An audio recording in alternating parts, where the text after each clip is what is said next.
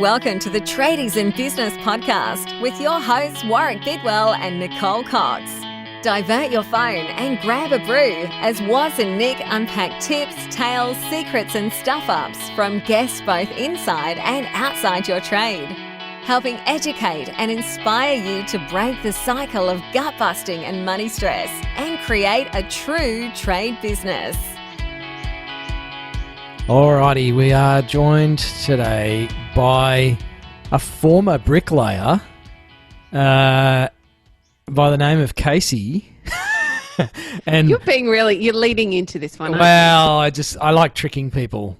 It's the shock value, and then they're Don't like, you think wait, they would have what? read the bio? Yeah, probably. Actually, I don't think they do, Coxie. G'day, listen. We are joined by a former bricklayer by the name of Casey today. Casey, welcome to the podcast. Oh, thank you for having me. Now, there it is, Pete. I'm hoping a few people just went, what? Hang on. And it's that, get them to actually listen. So, Casey Mackinlay, have I said that right? Mackinlay or Mackinlay? It's Mackinlay. Mackinlay, okay. You're probably destined to be a bricklayer with a name like that. Yeah, with a Scottish background. I don't look as burly as they do, that's for sure. I can attest to that. That's very true. Yeah. Now, it's probably not the normal trade that I would imagine a woman going into. And look, we're recording our interview with you in a week that I've probably made a few faux pas with women. So I'm probably just going to sit here and drink my fizzy water and let Coxie drive so that I don't add you. I don't want to add you to my list of women that I've managed to unwittingly upset this week. But bricklaying. How on earth did you get into bricklaying? Well, I actually just wanted to do something different. I was 15 years old and I just thought that maybe working outside and doing something with my hands would be the best way to go. And it turns out I was good at it. Makes sense. Pretty impressive career, full stop. I'm a bit of a fan of a bricklayer. I think they do a great job. And I see at the moment particularly there's a real focus on the artistic abilities of bricklayers, which I haven't seen for a long time because we're so bogged down in the whole cookie cutter style housing, I suppose, big developments, etc. But at the moment I see, particularly on Instagram, there's a real push for that artistic ability that I guess for a long time it's been shut down. So I'm fascinated to think that that's a career that somebody chooses full stop, because to me it looks really hard. It's cold, it's hot. Your hands would constantly be sore and cracking, I assume. Yeah, I would get the typical man hands where they had the blisters and they were peeling constantly. They were constantly rough actually, but it was more getting the arm strength. So if you think of wheelbarrowing a barrel of the cement and it moving on you and having to have the strength to sort of hold it up, as any tradie would say, probably cement's the hardest one, and the amount of times it goes over on a work site is a lot, and you'd hear everyone go of how weak that person is for not being able to do it. But it was actually getting the arm strength to be able to pull my weight on the site. It's a big thing, isn't it? Sorry, Warwick, go on. You're on a massive lag, Warwick. No. I was just going to say wheelbarrows full of cement is such an awful thing to push around. I've dumped so much cement on the ground over the years. It's terrible. Yeah, I think many people have. I actually built up my strength by taking little bits at a time when they didn't notice. So when I was first there, I'd only take little bits. I'll do double the amount of runs back and forth to set up my area. But it meant that I wasn't embarrassing myself by tipping any over. Yeah. It's hard enough being a woman on site without those social pressures, I suppose, to perform and conform to the way that we expect the men to do the job. And I can imagine, at 15 particularly, that's so young. You must have had really broad shoulders. Yes, actually, that and some good biceps. The trick is trying not to lean to one side, so you end up with one arm bigger than the other. That's so But true. I was quite toned then. It's a fascinating. Finishing school at 15 is it's a hard life choice. Well, Full I actually stop. didn't finish it. I continued with schooling and got my Year 12 pass while working on the work site. Holy moly! How on earth did you fit it all in? So I did 2 days of schooling and 3 to 4 days of working on the site, and did that to actually still get my Year 12 pass, the equivalent of a VCE pass. I just didn't get an enter score at the end of it all. So I was smart enough to do it. I just am a hands-on learner, and I liked being outside. So it was good to break it up. Otherwise I would have dropped out. Yeah, I can imagine. And that's actually something we talk about quite frequently, is the mother of 3 teen boys who are very hands-on. They're not book smart, let's put it very nicely, because sometimes they listen to the podcast. So they're not book smart, and they'd much rather learn with their hands. And there are limited options for them with their higher schooling for them to be able to do so. And I see now we've chosen a school based around that, knowing that they were tactile learners rather than board learners. So for them, there are some options that they've been able to investigate, much like what you're talking about. A couple of days a week, they're out on site doing certain jobs so they can finish their schooling as well. But I can think, 10 years ago, some of those options really weren't there at all. Well, they were just starting to come out, and they came with a massive stigma. It meant that you're too dumb to complete school life, instead of it just being an alternative choice.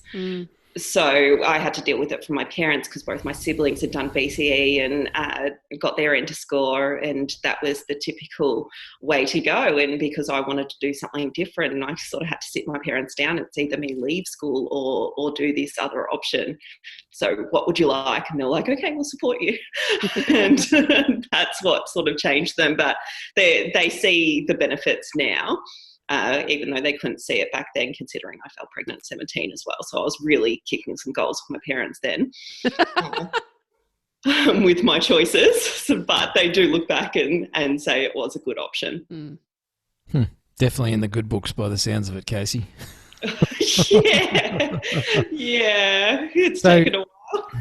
The teen mum thing, obviously, we should probably talk about that a little bit. One of my clients, who was also my accountant years ago, was a teen mum as well, and I spoke to her a fair bit about it over the years, and for her it was a big reason why she sort of succeeded in business, because she had to deal with so much stuff, so much criticism and negativity, and just the immense challenges that she faced at that young age, ironically really set her up to be able to absolutely crush it in the corporate world. It makes you stronger. There's nothing like building a layer of skin as a teen mum, let alone getting off the work site. So it does create a massive drive to succeed, because you want to prove everyone wrong.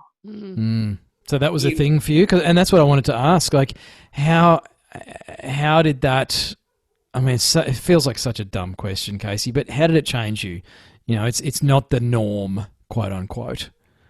Well, it changed me I was a single parent straight after I gave birth as well. So 18, single parent, unemployed, because you can't lift heavy things while pregnant, and there's no such thing as maternity leave for bricklayers. So it was definitely a different start, and I had to change up everything that I was doing. So it was challenging, but it changed me, because I was looking at myself through my son's eyes then and going, all right, well, I need to be the best person I can be for him and to give him the best chances, so he's not one of those stigmas either.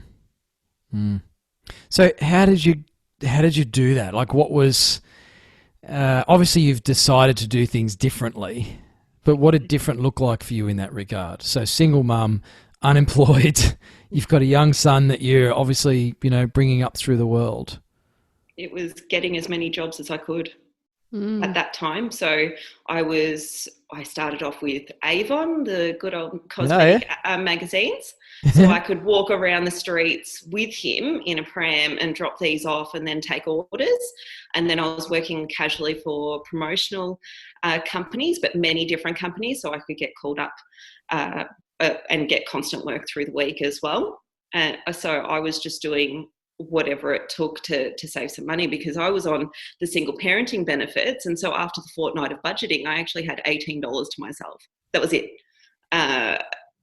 And that's not enough to survive. So that drive was there to get some money behind me as well, so I could potentially even purchase a property by myself. I didn't want to have to need anyone either. I didn't want to have to need a partner to go through life. So that kind of drive, sure, those situations forces that drive to become part of who we are, but we all either have it in us or we don't. Can you recall other times in your life prior to this situation in which you had a drive that perhaps you didn't see in others? Yeah, well, my first business was actually at 13 years old. I learned to braid hair and realised in my school people would go to the markets to have their hair braided and pay $75 and it would only take an hour. So I was charging $50 and getting that done because my parents didn't have a lot of money themselves. So we were the standard sort of middle class where we had enough to survive, we were comfortable, but nothing extra.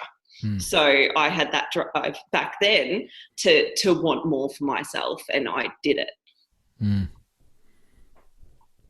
That's Sorry. fascinating. We've got internet lag, 3 people in 3 different locations. I think we're doing pretty well. Minor challenges compared to what we're listening to you talk about, Casey, that's for sure.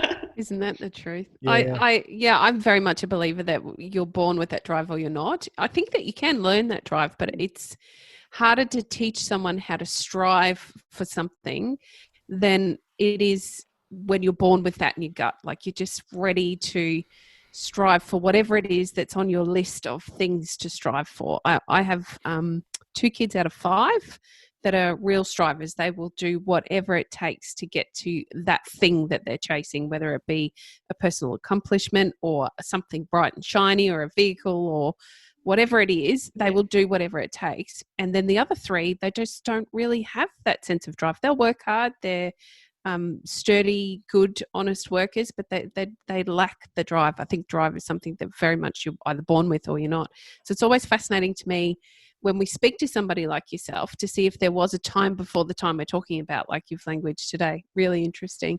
Do you see, well, actually we had a little chat off air before we started, and my question was going to be, do you see the same drive in your children? You've got 2 kids, one's only a little baby, but you did reveal before we started the episode today that your son is quite the entrepreneur himself at a very tender age. Yes, he's quite the negotiator on top of that. So he does charge us to settle our baby because he does it quicker than we do. So our 4-month-old girl, Aria, gets upset in witching hour, as every baby has, between 5 and 8. And sometimes we just can't do it. And we look to Kingston, our 10-year-old boy, and he does it so quickly that it really gets to you. It just is ridiculous. And now he's turned to us and he's like, all right, you want me to settle it? It'll cost you $5. I love this. There's a big bright future Outrage. ahead for him. And as a baby screaming, you're like, all right, we'll pay, take it. Yeah.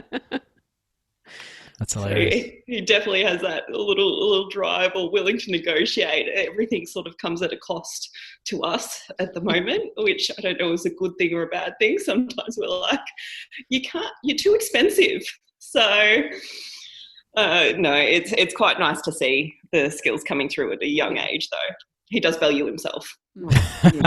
Oh, that's a really important thing, because I think a lot of young people now don't value themselves, of all genders, and it's I think we frown too much on kids getting that idea about money and valuing things, and I think it can be done in a way that becomes positive rather than sort of a negative relationship with money. So Obviously, your background, Casey, you said your family had enough, but only just enough, and you've come through as a single mum.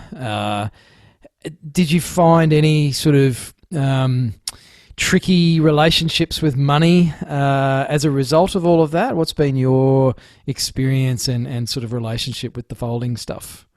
No, I ended up being quite good with budgeting at the end of it all. Everything was budgeted, and it wasn't until my business was quite successful that I was able to loosen up on that. But even then, I managed to create a successful events and promotions company and was employing 100 people within 5 years.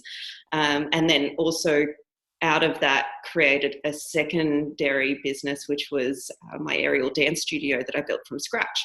Now, money came into play massively when I was building the second company because it was a physical building. And as any renovation would go, it cost you triple the amount than you actually budget for. So I ran out of money halfway through that, and I had to relearn how to rebudget and get it back on track or do whatever was necessary to make it successful in the end. I'm really interested, Casey. Sorry, listeners, there's terrible lag. Mark and I are looking at each other and we're not sure who's going to jump in because generally he's frozen like he is right now. Casey, I'm really interested to learn. So you've let the cat out of the bag there a little bit on the fact that you are now extraordinarily successful businesswoman. I'd love to understand the transition time from being a young single mum to owning these two big businesses that you have or still own. Do you still have them both? I sold them right before all this happened, so I'm quite happy. Yeah, I bet you are. The events company a year and a half ago, and I sold the aerial dance studio, but the business and not the building. So I kept the building, and I've managed to keep that as an income through this time. And I sold the aerial dance business. Was it 8 months ago? Mm-hmm. So it was great timing. Wow. I'm quite happy with all of that. Couldn't be better, really, could it? So take us through some of that journey to getting to that point where those businesses were able to be sold, from being a teen mum walking the streets with an Avon catalogue, trying to do what you can to earn enough to get by. The drive came when I realised I was actually good at chatting to people. So promotions and events was where I flourished a lot, and talking to the different businesses. So I was working a lot for the shopping centres at the time, like the Westfields and Mirvacs, DFOs and shopping centres, and I was able to gauge what they were missing from the other events companies. So it just tweaked in my head, and I was like, I could provide this for you. But I was, again, 19 years old when I realised this, so I started researching how to set up my own company, and it took a lot of Googling because my parents don't come from a business background at all. My dad worked in a factory, my mum was a PA at a school, so there was no one I could talk to about it. So good old Google came in handy, and a few calls to different accountants to set up this business and get the right insurances, just so when the conversation came time to have with these shopping centres to possibly come through me, I could be ready. And at 20 years old, that's what happened. So I worked on a campaign for the Westfield shopping centres, and they were competing against each other nationally. And I knew that if I got my shopping centre number one amongst that, then I could turn around and say, actually, you come through me. And that's what happened. So I got the shopping centre number one. I turned around and said to them, if you want to book me for all these events, which they were ready to do, you need to come through me. And they were like, actually, could you provide us with staff? And I hadn't thought of that.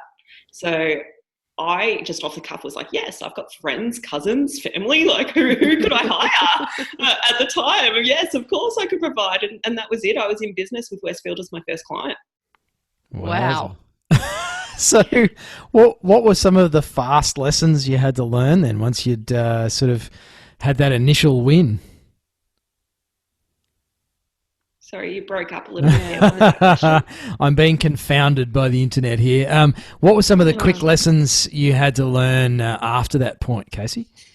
To back myself, because no one else was going to. I had been advised that I wasn't going to earn enough to have a company number even people had told me to keep as a sole trader because my turnover won't be that high. And within the first year, I doubled it. So I back yourself and don't be afraid of failing. I said yes to so many things that I wasn't sure whether I could provide. That, next minute they were asking me for chefs to do cooking demonstrations, and I just had to find them. So if you back yourself and you put out there your confidence in providing a service, then just make it happen. I also upskilled where I could. So I went back to school and got a diploma of business. So learning and continuing to learn is so important. And actually finding that love again of learning, because I didn't necessarily have it at school. It's very different after school. It is very different after school. I can agree with you there. I'm really interested, Casey, particularly for our female listeners, just to touch on something that I know I've suffered a lot with as a parent. And like you, I've had my own businesses right from when I was, I think 23 was my first one, so a little bit older than you, but also a young mum. And I worked my butt off. There's no two ways about it. Very similar to what you're explaining. There was very little time for my kids. And one of the biggest struggles I had as a parent and a working mum was dealing with that guilt of not necessarily doing what maybe society thought I might do as a parent. I now know, given that my kids are on the other end of the spectrum, they're all adults, they have amazing careers, they're good kids that strive and have drive and they've got a great work ethic. I believe it was the right thing for my family at the time. But at the time, I was so bogged down in the guilt of working so hard, not having the amount of time that society deemed I should have for my children. Is that something that you went through as well? Yes, I definitely did. It's not only as a parent, it's actually as a mum. Everyone expects you to stay at home as a mum. And the fact that you could be working and away from your child, like I feel like it's changed a bit at this time because, everyone's about being an entrepreneur and working and having that work-life balance and doing stuff for yourself. But back then, especially 10 years ago, everyone expected you to stay at home, and being away from your child meant that, for some reason they were at a disadvantage when really providing for that child would be more of an advantage to them than you necessarily being with them. But getting that balance right was hard in itself. Because there'd be times where I would be working so much that he would be in childcare a lot more, and all of a sudden he'd be enjoying being in childcare more than coming home to me. And I feel like that affected me a bit more to put some balances in place and helped sort of get over that guilt, because I realised actually I don't need to do it all. I don't need to be at every job, every booking that came through my business. One of those things that as a new business owner, you definitely think that you need to be there 100% of the time, and you need to be on call 100% of the time. And that's not the case. Life will go on. Your business will survive without you being there 24/7. So having that learning curve and adapting to it helped actually with the guilt of being away from him, because all of a sudden I was incorporating him into my business when I could. So he came to work with me. Or when I got home, I made sure it was quality time that we had, and my phone I wasn't connected to. Those sorts of things were put in place, and all of a sudden it was the balance came in, and it felt good. It felt like it was the right thing to do. But you definitely go through those phases where you're not necessarily around them as much as you think you should be, or society think you should be. But they wouldn't be saying that to the corporate man that's working 70 hours a week. So you got to think about that as well. It's an interesting point that you raise. They don't say it to the corporate man. They don't say it to the poor tradies either. And yet the tradies also want to be at home with their families. They don't want to be working, 70, 80 hours a week the way that so many of us do. So it's a great parallel that you draw there. I'm really intrigued to understand the fundamentals behind setting up a business that, sure, you could see a better way to do things in the promotions business, but there would have been, that's such a parallel to what you were doing bricklaying and schooling and home, being a young mum. They're so different. That skill set's very different. Yes, you did your diploma of business, but how did you, was it really just the relationships that led to a successful business, or was it upskilling, or was it a combination of both? What do you think was the success factor?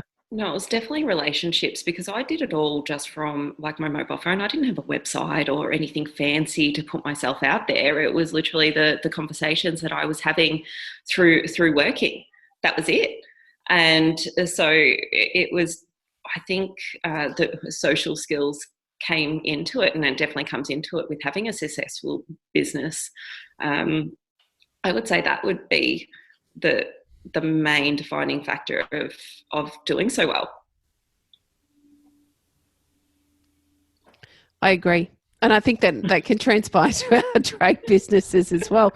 It's all about the relationships. And without a good relationship, well, it's the know, like, and trust factor. And they can't know, like, and trust you if you haven't taken the time to develop a relationship with your said clients, whether it be a one-time client or an ongoing client like a Westfield client. If you haven't taken the time to develop and nurture that relationship, it's very hard to continue to have a business or to have the, I guess, feedback. So you've got new people coming into your business as well. Well, that's it. It was all about word of mouth for me. And that's how it grew. So I grew very quickly in a short period of time through word of mouth because I was reliable and just did a good job, really. At the end of the day, they needed people on the floor handing out flyers or running craft activities. So I'd be Googling different crafts to do and spending all night cutting and preparing all this stuff to then send out with my staff to run with kids on the floor. So it definitely took word of mouth and the relationships. Casey, if you could actually hear me speaking, because I think the cable has broken between Tasmania and the mainland today for the internet. But going from sort of that, business owner, multiple business owner, you said you sold those businesses now. What was that transition like, and how has life changed now that you're not sort of at the helm of your own ship in that regard? I'm just curious to know how you've sort of moved out of that. Well, I've realised I like to keep busy no matter what. So, what's the next project? I've got the book that's come out, and now I'm doing, different radio shows and like TV appearances, and that's keeping me busy. And my child's like, I was meant to be taking it easy with this one, with my 4-month-old. So I've realised I'm not, and it's probably not in me to take it easy. So, but the transition. I think without the events company, because that was more a 24-hour-a-day gig, that was a massive transition because I had that for 8 years. And to all of a sudden not be on call or have a million staff out doing different things at different times and needing to know what everyone was doing and having those constant phone calls come through of something's missing or this person needs to rock up, actually was a bit of a relief. I think I'd worked so hard for a long time that I was like, wow, not having this is a bit of a holiday. And it was quite nice, but I still also had the distraction of the other company to keep me going. So I feel like if I went from that to nothing, that would be hard. Yeah. Casey, so you've written a book, which is clearly the universe's way of pointing out to me that I need to write my book as well. The universe does not revolve around you, Warwick. No, that's been made patently clear to me in the last week. But the title, I'm often fascinated by the titles of books, whether they are just super simple, a marketing message, or if there's something else behind it for the author. Is there, what's in the title of your book for you, Casey? So my title is actually Girls Don't Lay Bricks, because you would think they don't, actually. And I was told by the site supervisor, even when I started working, to go get a real job every day.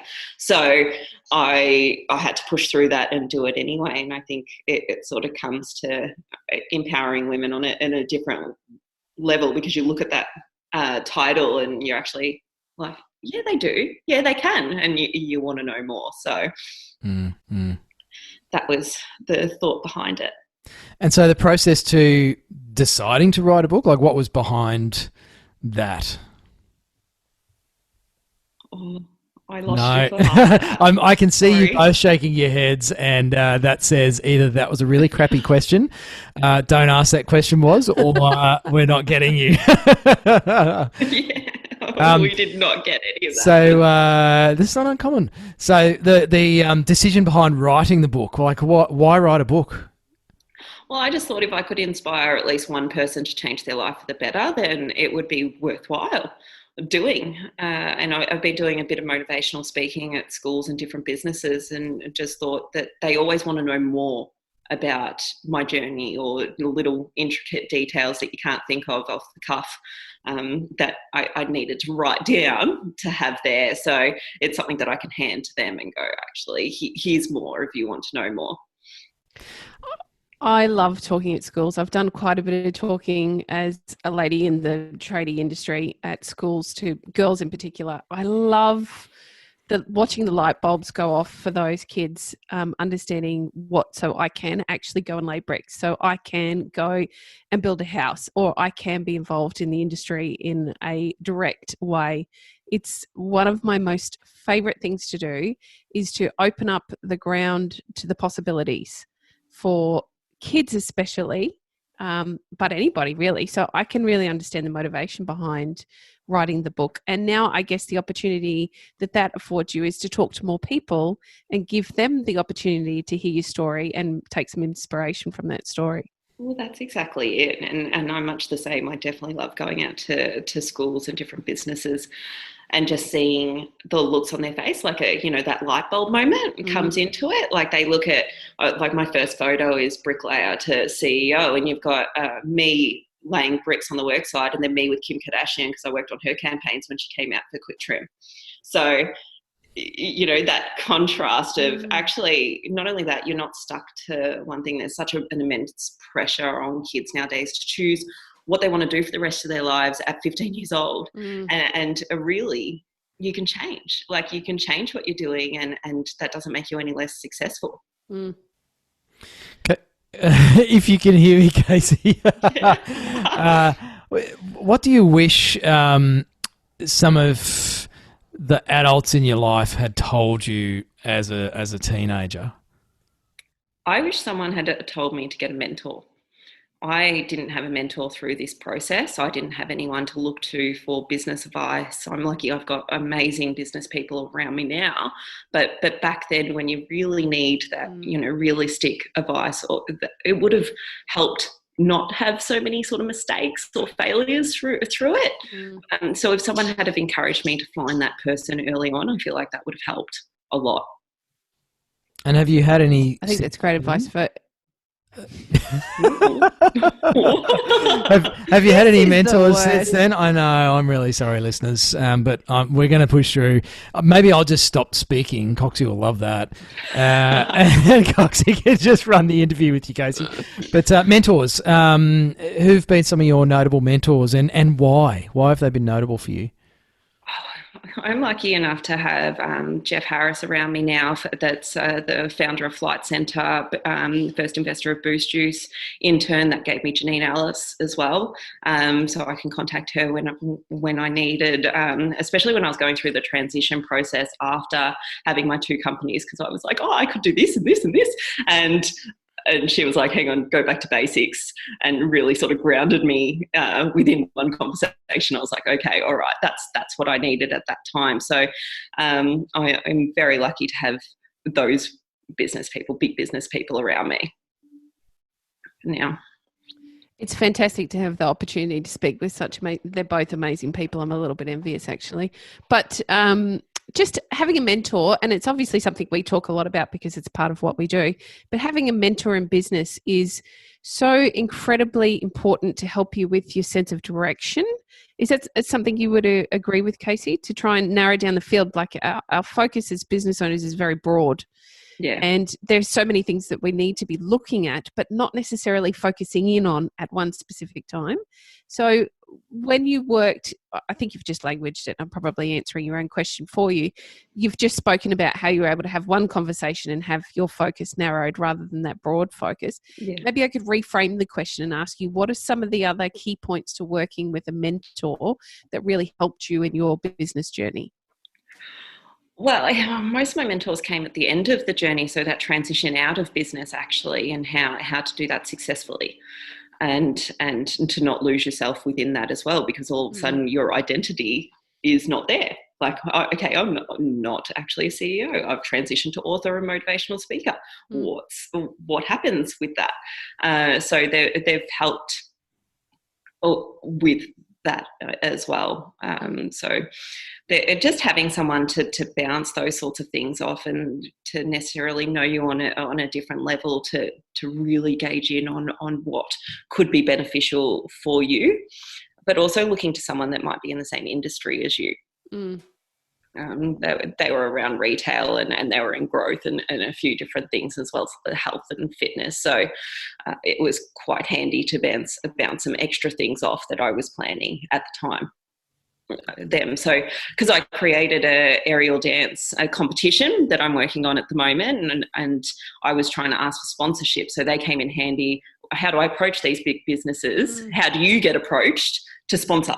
And then I was able to use that to get Lorna Jane on board. So things like that, they came in handy for as well, because you're able to pick their brains on a bigger business level and go, actually, how do you respond to this? And what's the best way to approach someone like you? Okay, I'm fascinated by the whole aerial dance thing. It's a new area for me. You better talk me through this. Can you make me understand what aerial dancing is? Okay, so my aerial dance studio was pole dancing, aerial yoga, aerial hoop, and aerial silks. What you'd see Pink do, in the ribbons, that's aerial silks. So I created the first competition for aerial silks, dedicated in Australia, that started last year. Well, that's as about as far away from laying bricks as you can possibly get, one would think. Each end of the spectrum. Really transitioning through it all. But you use your arms. Does that count? Well, I guess it does. That's a good point. Yeah, so I've got arms, but I don't think I'd be getting myself tangled up in some silk hanging from the ceiling. Yeah, I don't ever want to see you near silk, full stop. Let's leave that conversation right there. Very entertaining. Casey, how did that come about? Was that born just through a passion, something that you did yourself and enjoyed, or...? So actually, after I had my son, my muscles were separated through my stomach, and he had fractured my tailbone. So I couldn't do normal exercise, which was, walking, running, going to the gym, that sort of thing. I picked up pole dancing because that was all core work and mostly in the air, so less extensive on the rest of my body.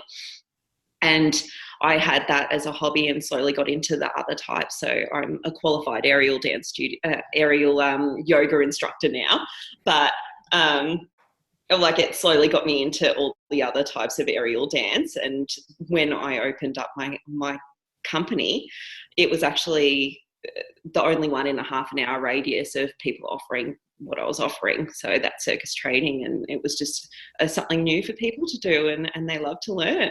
So it was good fun. That's fascinating. And so often something that you enjoy can turn into a right business for you, because you are passionate about it on one strength or another, and sharing that love and that passion for something creates enthusiasm in which other people then want to buy into that, even just that nice feeling. And it's something that we can do within our trade businesses. You don't have to be passionate about swinging a hammer, but you can be passionate about the end result of what it is that you do, or changing people's lives, or giving them the opportunity to have a bigger home, or a power that isn't going to kill anyone because it's done correctly, rather than a DIY job. Or internet that works. Is there anybody out there that knows how to get the internet working? You say as you pause again. I know. Oh my gosh. Oh my goodness. I hope we're recording this one, because this will be fantastic on the YouTube channel. There's so many pauses of your face where you look like I normally do. I look fine at my end, Coxie. I don't know what you're talking about. I was actually imagining a bunch of tradies doing aerial yoga or something. I would like to see that. You'd be surprised the type of, there's some of the men that you do get through, and because a lot of bodybuilders do aerial yoga to stretch out their muscles. So because they get so tense from lifting all the weights, it's great because it supports you as you get that stretch. Wow, that's fascinating. Casey, what's next for you? who knows? No, I'm open to new things. I create my own opportunities when I feel like I need something else in my life. So I'm focusing on the book, the motivational speaking, and I'll continue to grow this aerial silks competition. So speaking about your book, where can our tradies, because I know they're going to want to rush out and buy this for themselves and their partners, where can they find your book? All the major retailers, Amazon, Dimmix, QBD Books, Booktopia are all stocking it. You can also get it through my own website, which is www.caseymckinlay.com.au. I won't spell all that out. That'll take a while, but I'm sure you'll have a link somewhere for me. We will. The link will be in the show notes. Thank you. Absolutely, on the website. So, Casey, I'm going to ask one question while the internet's still working, and it's my usual question. But if you had 1,000 tradies, or let's say trade business owners, if you had 1,000 trade business owners in a room, what's one piece of advice you'd like to leave them with? What's your plan, your exit plan? I find a lot of tradies, because their business, how are they going to exit their business or continue it to be successful without them? Have you planned that out? And I would be concentrating on getting them to focus on that, because that would be the next step. So yes, you've got a successful business. How do you phase yourself out of that so you can enjoy the fruits of your labour and relax a little? It's a great tip. I like it. It is, and sadly, I think there'd be more blank expressions than I've had on this podcast when the internet freezes in response to that question. Yeah, it's not something that a lot of people think about, and that's why. Especially not trade businesses. Yeah. No, it's a great point. They their business. That's right. That's right. Well, despite the tech issues, Casey, it's been fantastic having you on the podcast. Fantastic story, and I feel very humbled actually talking to somebody like you, and you guys are laughing, which means that either I've frozen or I'm being a knob. So. No, we just missed a whole gap of. Yeah. Well, I think that the funnier part about this is that because of the cool technology, we actually can capture the source audio of each of us. So the listeners are probably listening to me in real time going, what are they laughing at him for? It's fine. Which wouldn't be unusual for me. But Casey, it's been fantastic having you on the show. Very humbled to listen to your story, and I'm sure there's going to be some listeners and hopefully look some tradie wives or some lady tradies out there who perhaps just stop and give themselves a bit more credit than they normally do. Hearing your story and just some of the points you've shared, so thank you very much.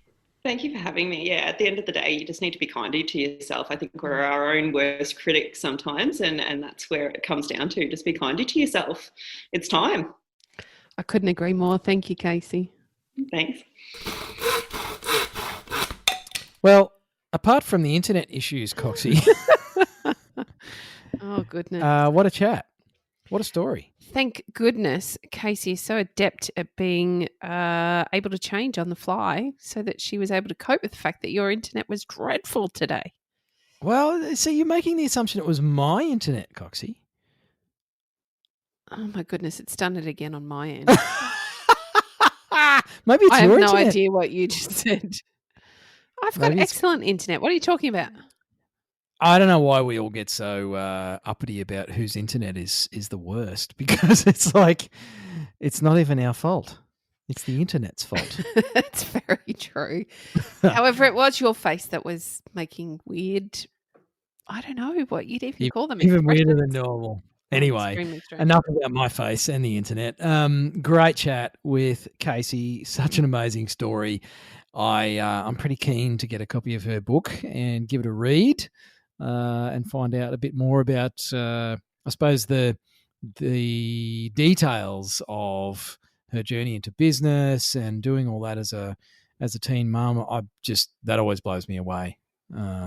Such a huge hurdle to overcome in life. So, hopefully you got some inspiration or some good tips or ideas out of that. If you want to check out Casey's book and Casey's story a bit further, go to Mackinlay.com.au. It's MACKINLAY. CaseyMckinlay.com.au, and we'll also put the links in the show notes, of course. It was good to hear her talk about mentors, Coxie. I was about to Chuck Norris that one, but you did it for me. I wanted to get in before you did. Well, I did so much of the talking in this podcast. It's probably good that you do the whole of the outro so people don't get sick of me. I was actually wondering if the internet had let me down and you disappeared. No, I'm here. But yes, having some mentors was one of the key things that Casey obviously talked about. She wished she'd had at a younger age, and you can get your very own mentor as a podcast listener. You could have Coxie as your mentor. I guarantee that I will be very nice to you and poke you with a big stick until you get your stuff done. Yeah, you'll hit people over the head nicely. I'll smile while I'm doing it. Would that make it easier? Way. I it's do coming love from all a of our place of tradies. love, Coxie. I love all of our tradies. But if you listened to that and thought, oh, a mentor, hey, or getting someone to guide you, I mean, imagine if you could talk to the dude that started Flight Centre or the chick that kicked off Boost Juice. That'd be pretty cool. Janine and Jeff. So, Coxie's pretty close. Pretty close. Yeah, I kicked off a bar. I made a bar. Built houses. Yeah. You ran a building company. You're the co-founder of Tradies in Business. I am a builder's wife. Do you know it is the number one thing that started my community was the fact that I didn't have anybody to talk to about what I was doing. I felt alone. So I created a community, which is now for your benefit, Tradies in Business. We also have a community here for you so you don't feel alone. We can help you. And you don't need to pay what it might cost you to talk to Janine from Boost Juice. Because I don't imagine her hourly rate's low. No. If you can even get her. But you can have us for free. And not because we're cheap. Does that mean we're no good? No, it means we're generous, Coxie. We are generous. We've opened up our premium subscription for free for your first month. Not our first month, for your first month. So you get 30 days for free. With the coupon code Tradies for Tradies. So just head on over to our website, tradiesinbusiness.com.au, have a look at the Work With Us page, and you can jump in for free for 30 days. Get some support, some mentoring, become part of a community of business owners just like Casey. Love it.